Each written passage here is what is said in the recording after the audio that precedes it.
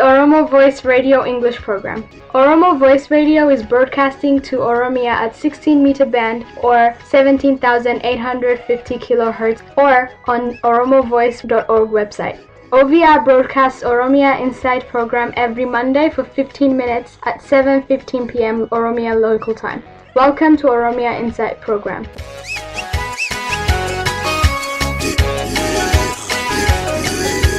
Welcome to Oromia Insight. My name is Ali Galato. Today I will present to you OromoProtests on TRT World on Newsmakers. TRT is a Turkish radio and television corporation. Mounting protests met with a violent crackdown by the government. In this edition of the Newsmakers, we're focusing on Ethiopia, where the Oromo people are calling for more rights after decades of marginalization. Hello and welcome to the Newsmakers with me, Imran Garza. By many measures, Ethiopia is an African success story. It has one of the fastest growing economies in the world. But behind the economic boom is growing political and social unrest. This picture of the Ethiopian marathon runner Fiesa Lilesa at the Rio Olympics helped to draw global attention to the plight of Ethiopia's Oromo people. The country's biggest ethnic group says it has long faced discrimination and marginalization at the hands of the ruling elites. Lilesa's crossed wrists are the symbol of the Oromo protest movement, which has been growing for the last 10 months. And the government's response has been increasingly violent, with reports of hundreds killed and thousands arrested. Today's newsmaker is the Ethiopian protests, as we assess what they mean for the country and ask how the international community should respond.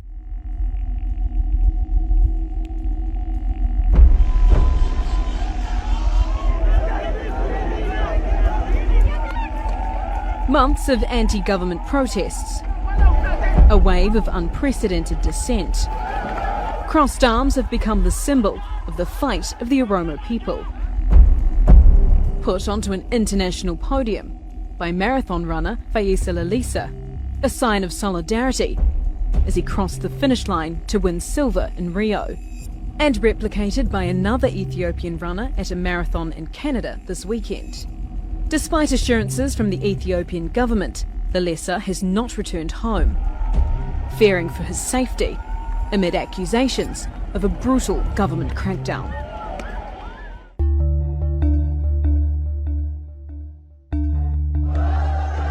It began in November, Oromos protesting against a master plan to change the municipal boundaries of the capital to expand further in Oromia and develop their farmland.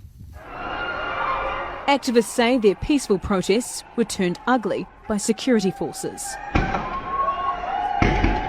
Most of this demonstration were made by excessive use of force. The situation in Ethiopia is a human rights crisis, and we need to act. Rights groups say around 500 people have been killed and tens of thousands arrested. The government disputes this and says the situation is under control. And although it has cancelled its development plan, protests have continued and also spread into the neighbouring Amhara region, exposing wider accusations of ethnic marginalisation and government oppression. These are the biggest anti-government demonstrations in Ethiopia in decades, and at the centre are the Oromos and Amharas, the country's two biggest ethnic groups. But it's the Tigray who make up just 6% of the population that dominate politically. The Tigrayan People's Liberation Front led the Rebel Alliance, which overthrew the communist-backed military regime in 1991. It then founded the ruling coalition. But the Oromos have long complained that they don't have proper political representation and that power and wealth is disproportionately distributed among the Tigray elite. While the Amharas, who dominated Ethiopia before 1991, have been protesting against the control of a district they believe they have rights to. If these protests continue to escalate, will this anti-Tigray sentiment also grow, putting Ethiopia at risk of sliding into ethnic unrest? Yvette McCullough, The Newsmakers.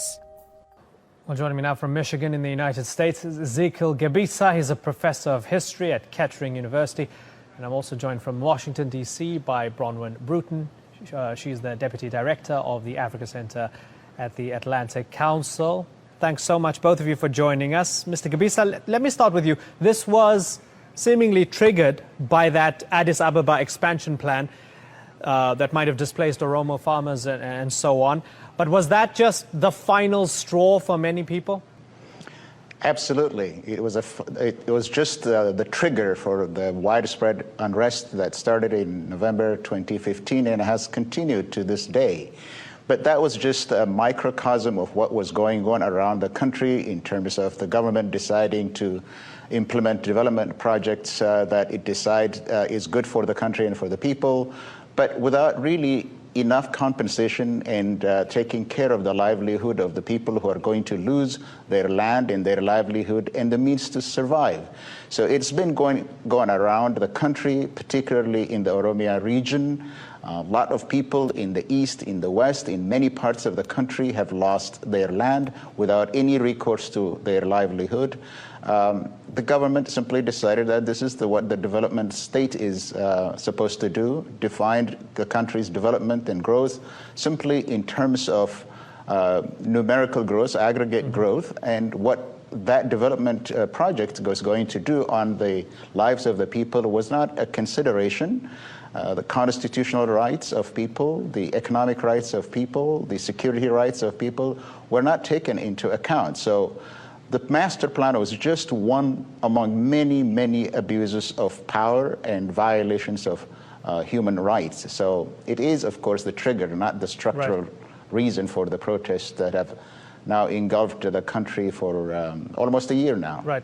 Bronwyn, looking from the outside in, many people look at the Horn of Africa and go, Somalia is troubled, Eritrea is very troubled and a very repressive country. Hey, here's this country, Ethiopia. It's stable, it's growing, nothing to worry about here. With that in mind, how important was the symbolism of that brave act by Feyisa Lilesa at the Rio Olympics, which I guess brought this to everybody's attention? It was a tremendously heroic act on his part, and a very important one. You've mentioned just now that Eritrea is a very repressive country, but in my experience in both of those nations, my strong opinion is that Ethiopia is just as repressive. And while Eritrea has a reputation for being a gulag of some sort, Ethiopia seems to be lauded by all sides as a developmental and democratic even success story. The reality is that the Ethiopian government has imprisoned many thousands of people, many of them as terrorists. And when I say terrorist, I think that's almost Ethiopian for journalist or political opposition leader, because all of these people who have been trying very hard to institute peaceful reforms in Ethiopia have in fact been called terrorists and imprisoned and locked away from their families, in many cases incommunicado. And that's simply the reality of the Ethiopian experience for many people. Ezekiel, I get that there's an argument that the government might be perhaps bulldozing its way to economic prosperity over, say, the lives of ordinary Ethiopians. But is it clear that the central government is specifically targeting specific ethnic groups like the Oromo people? This has been the story of the Oromo people in Ethiopia. This is not the first government to marginalize the Oromo people. This has always been the case since the Oromo land was incorporated to the Ethiopian Empire, because probably of the demographic weight or the numerical strength of the Oromos. They've always been marginalized, from participating in the political life of the country and participating in the economic. The surprising thing about the Oromia region is that much of Ethiopia's agricultural, economic, and every power comes from the Oromia region. But the people of Oromia are not participating in the political, economic, and cultural life of the people. This government seems to have found a solution to the nationalities and economic problems of the country by instituting a federal type of government and constitutional rule. But this was never implemented. The government ruled through the party structure since 1991, but since 2005, after the declaration of the developmental state, nothing else mattered to this government except the political power that they have taken over by force.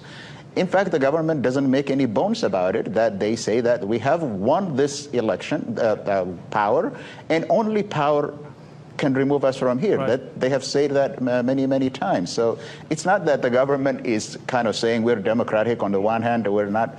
It's the developmental state. Nothing else mattered. But the problem is that the benefits of this developmental growth, the economic growth that you've been talking about, was not broadly shared. It simply concentrated economic power in the hands of a Tigrayan elite, and therefore political power also in the hands of the Tigrayan elite, to the exclusion of many, many Ethiopians in the country. And that's the structural problem, that power is not shared, economic benefit is not shared.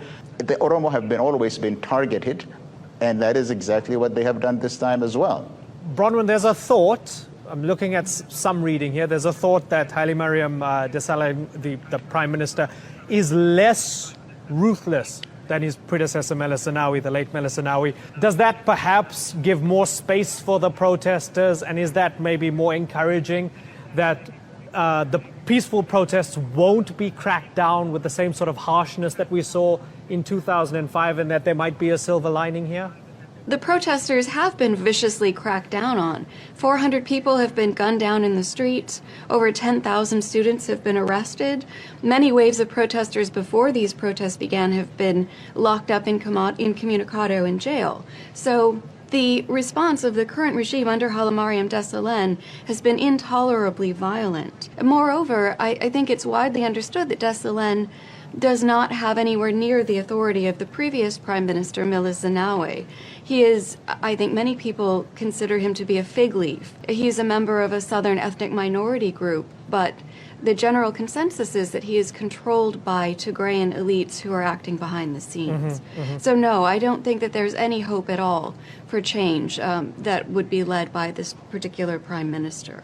I think the government has been cavalier, Right. and in particular is failing to take immediate actions that it could take to make the situation better. In particular, I would say that they could release a man named Bekele Gerba, who is an Oromo citizen and a professor who is known for his commitment to peaceful views. He's an important leader, but he's been locked up.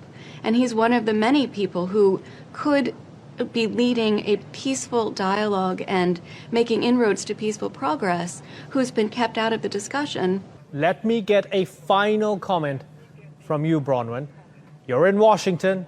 Ethiopia is an ally of the United States and the other big players in the world. Ethiopia is seen through that sort of geopolitical lens. It's seen as a good guy on the international scene. Should Washington and other major Western democracies be condemning this? Yes, Washington is absolutely complicit in the events in Ethiopia. Washington has bolstered this regime and has supported this regime with billions of dollars of development assistance, with military assistance, with training, largely because Ethiopia is participating in the peacekeeping mission in Somalia.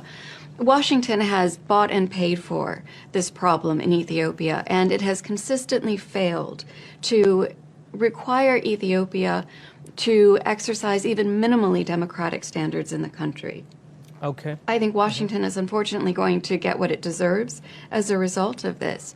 But I think most important is the point that your other guest was emphasizing, which is that Washington and other nations need to be pushing the Ethiopian government publicly and vocally to change their actions and to change their course of action.